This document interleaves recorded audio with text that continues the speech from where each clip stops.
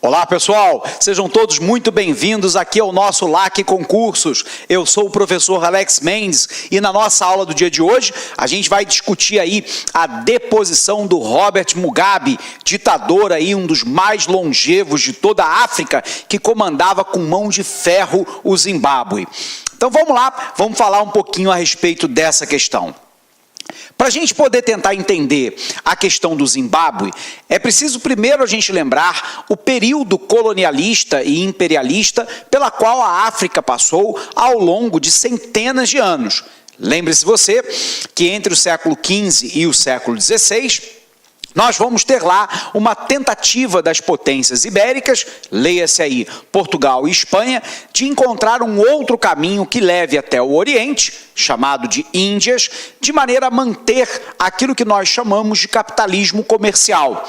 Esse capitalismo comercial pregava basicamente que um país seria tão mais poderoso quanto maior fosse a sua acumulação primitiva de capitais.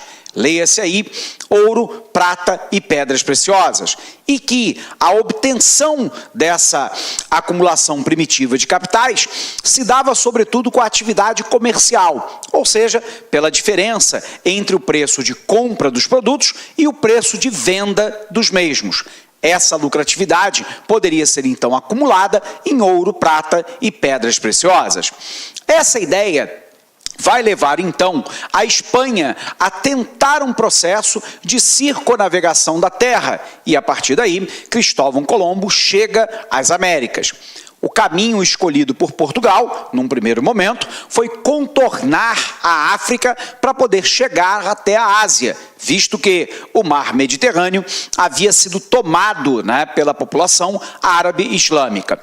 Em virtude dessa questão, a gente sabe que desde o século XV, século XVI, que a África passa a ser, então, um ponto importante de entreposto comercial entre a Europa e a Ásia, recebendo produtos asiáticos de um lado, notadamente a prata, a seda e as especiarias, e por um outro lado, obviamente, fornecendo mão de obra escrava negra, que será então trazida para as Américas, desde o sul dos Estados Unidos até o sul do nosso país. A gente observa então que a África começou a ser vilipendiada naquele momento.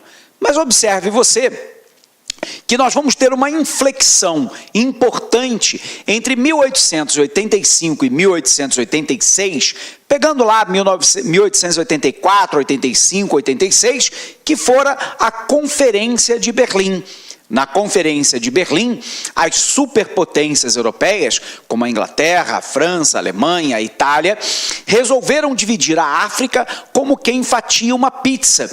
Tanto que, se você tiver a curiosidade de olhar o mapa africano, você vai ver que na África a maioria dos países tem fronteiras retas. Isso porque a fronteira não foi autodeterminada pelos povos, ela foi determinada pelo topógrafo europeu, pelo conquistador, pelo aquele que imperialisticamente passa a dominar a África.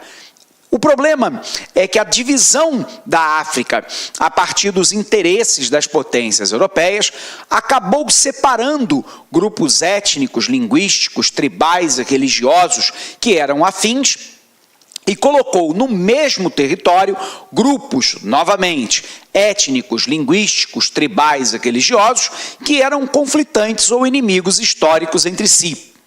O resultado é que enquanto a mão firme da Europa esteve imperialisticamente dominando militarmente o território até o final da década de 1940, a África se manteve relativamente pacificada. A partir do final da Segunda Guerra Mundial, em 1945, a Europa percebe que ela não precisa mais manter um imperialismo clássico, militar, sobre a África, que ela pode manter um domínio econômico. Começa, então, uma outra forma de imperialismo, que é o político e o de ordem econômico-financeira. O resultado é que a África inicia um movimento de independência. Essa independência nós chamamos de independência simbólica. É uma independência de hino e bandeira, porque você mantém os países economicamente atrelados aos interesses europeus. O problema é que a África não tinha mais uma unidade tribal e étnica que fora rompida, né, pelo processo de divisão do território pelas potências europeias. Ao mesmo tempo, proliferaram por todos os lados uma série de conflitos, sobretudo de ordem étnica, territorial e também religiosa, sem falar, obviamente, na questão tribal. A maioria da população não tinha o sentimento de nacionalidade, de pertencer a um país. O seu sentimento era um sentimento muito mais étnico e de fundo tribal. E a África, então, mergulhou no caos que nós vemos até os dias atuais. Antes da gente continuar falando sobre isso, vamos botar essas informações na tela para você. Confere aqui. Então, vamos lá, né? Primeiro, a gente precisa entender um pouquinho a respeito da África, e nós estamos falando para você que a partir lá do século XV e do século XVI, inicia-se um processo de colonização.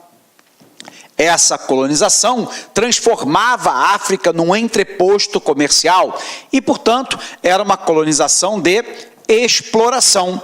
O objetivo lá era basicamente a retirada dos recursos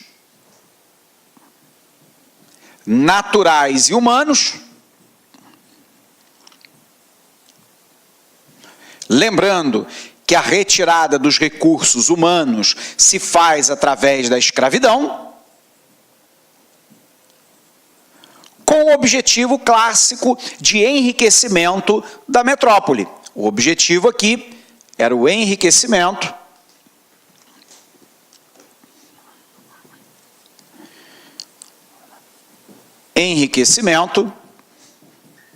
da metrópole. Leia-se aí, sobretudo, Portugal. Então, o processo de dominação, ele já começa entre o século XV e o século XVI, com um modelo de colonização de exploração, cujo objetivo era a retirada dos recursos humanos através da escravidão e naturais da África, com o objetivo de uma acumulação primitiva de capitais por parte de Portugal e outras potências europeias. Esse processo, ele ganha volume com o imperialismo clássico do século XIX, 1884, 1885, se estendendo um pouquinho até 1886, Conferência de Berlim, que divide a África como quem fatia uma pizza. Estão apagando aqui, para a gente botar essa informação. O que nós vamos ter lá? Nós vamos ter, né, entre 1884 e 85, a famosa Conferência de Berlim.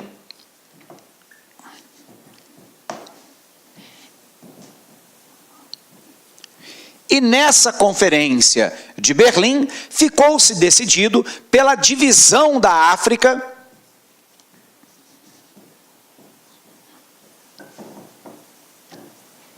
entre as potências europeias.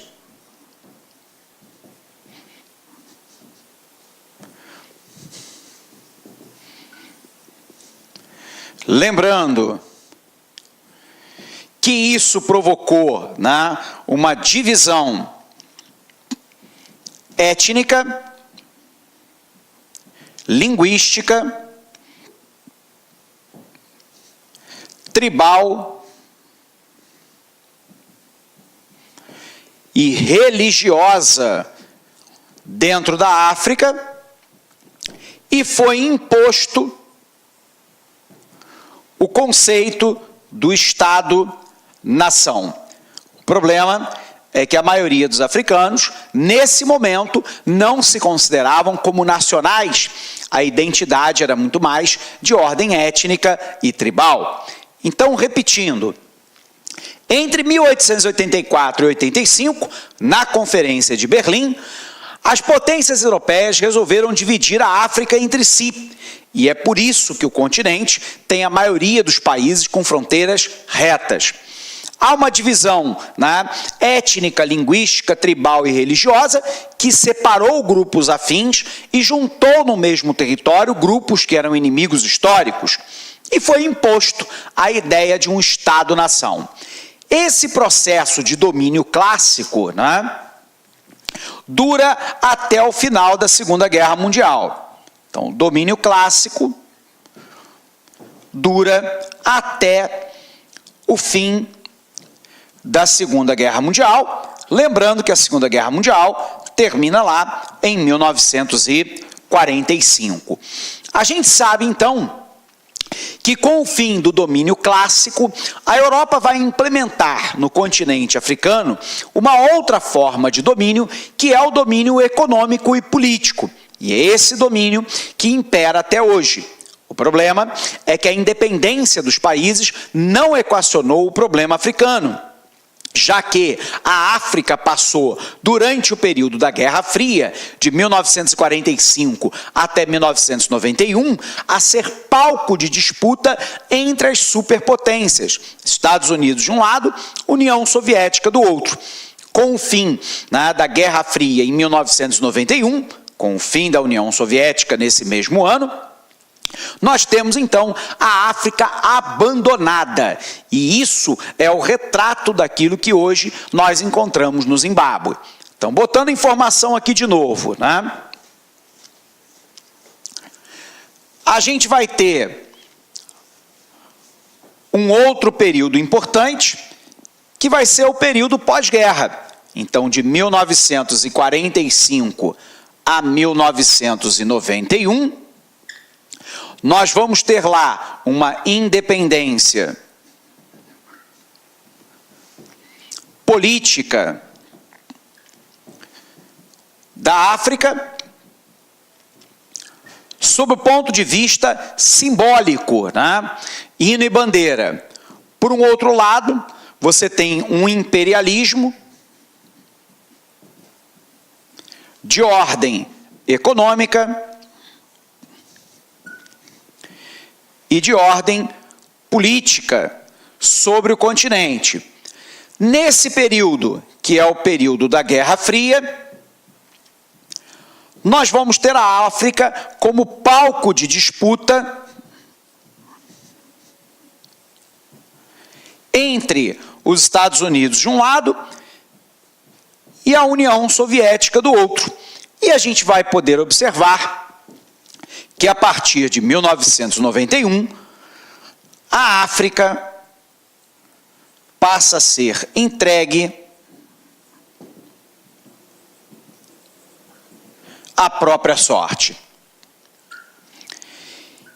E isso originou uma série de guerras étnicas, tribais, linguísticas, religiosas, territoriais, ditaduras vinculadas aos militares ou vinculadas aos religiosos, espalhadas praticamente por todo o continente. Então, entre 1945 e 91, há uma independência política no sentido simbólico de hino e bandeira da África, se constituindo como nações independentes.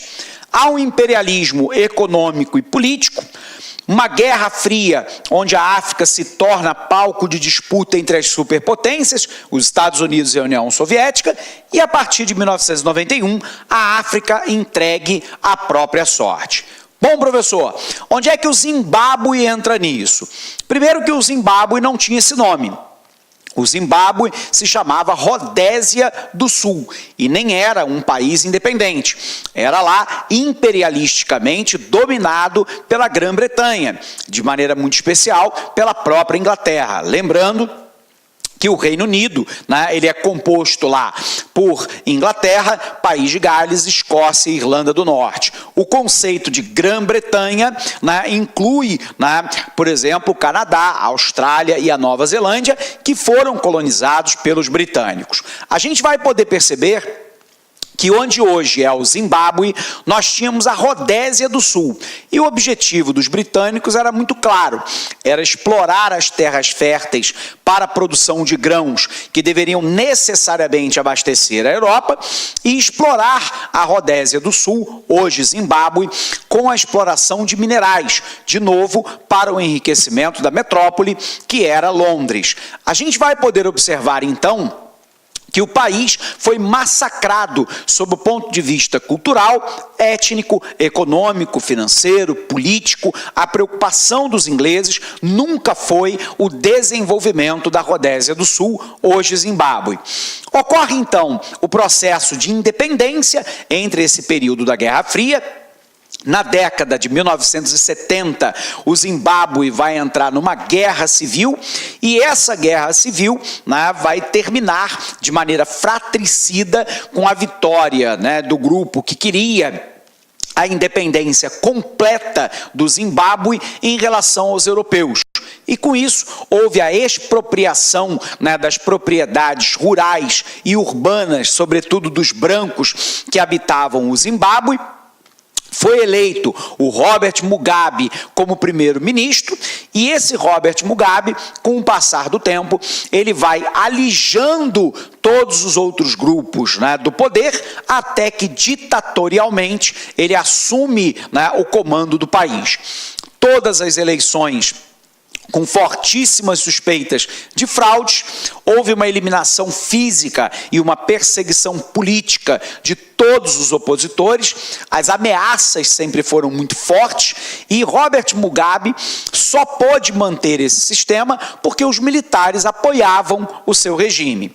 A gente sabe que esse domínio se mantém até a década dos anos 2000, e na década dos anos 2000, a gente sabe que Robert Mugabe sofreu o primeiro revés, né, numa eleição considerada mais ou menos que legítima.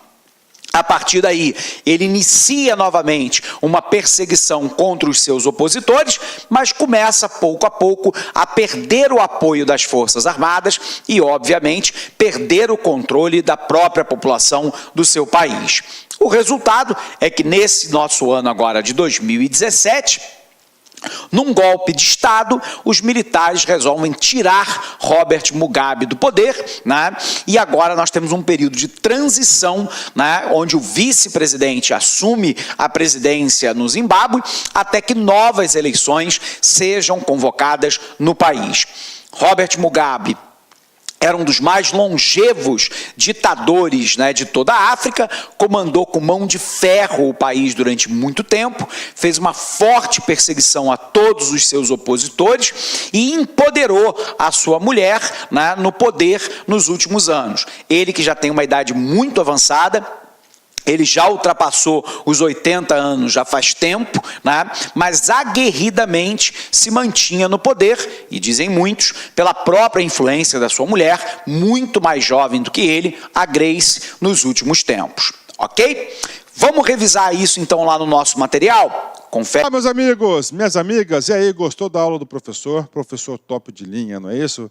Quero fazer um convite muito especial para vocês conhecerem o nosso trabalho aqui do Lá Concursos. É uma escola 100% virtual que está há 10 anos, quase 10 anos no ar, atendendo diversos cursos online do Brasil todo, e nós fizemos aí, preparamos, elaboramos um super curso online para a Secretaria da Administração Penitenciária. Estamos atendendo 100% ponto a ponto do edital, 2 cargos, oficial administrativo e o cargo de analista administrativo. Ambos cursos completos, atualizados, com professores top de linha. Bacana? Então, convido vocês a assistirem esse restante dessa videoaula demonstrativa e fazer o nosso super curso online. Aqui no Lá Concurso, nós temos o melhor custo-benefício do mercado, podem ter certeza disso. E aqui no Lá Concursos, presta atenção, olha só, curso completaço, ponto a ponto digital para oficial administrativo por apenas 10 parcelas de R$ 28,00, e para o cargo de analista, 10 parcelinhas de R$ 32,00. Bacana? Espero vocês. Um forte abraço, fique com Deus. Tchau, tchau. Fui. Clique lá.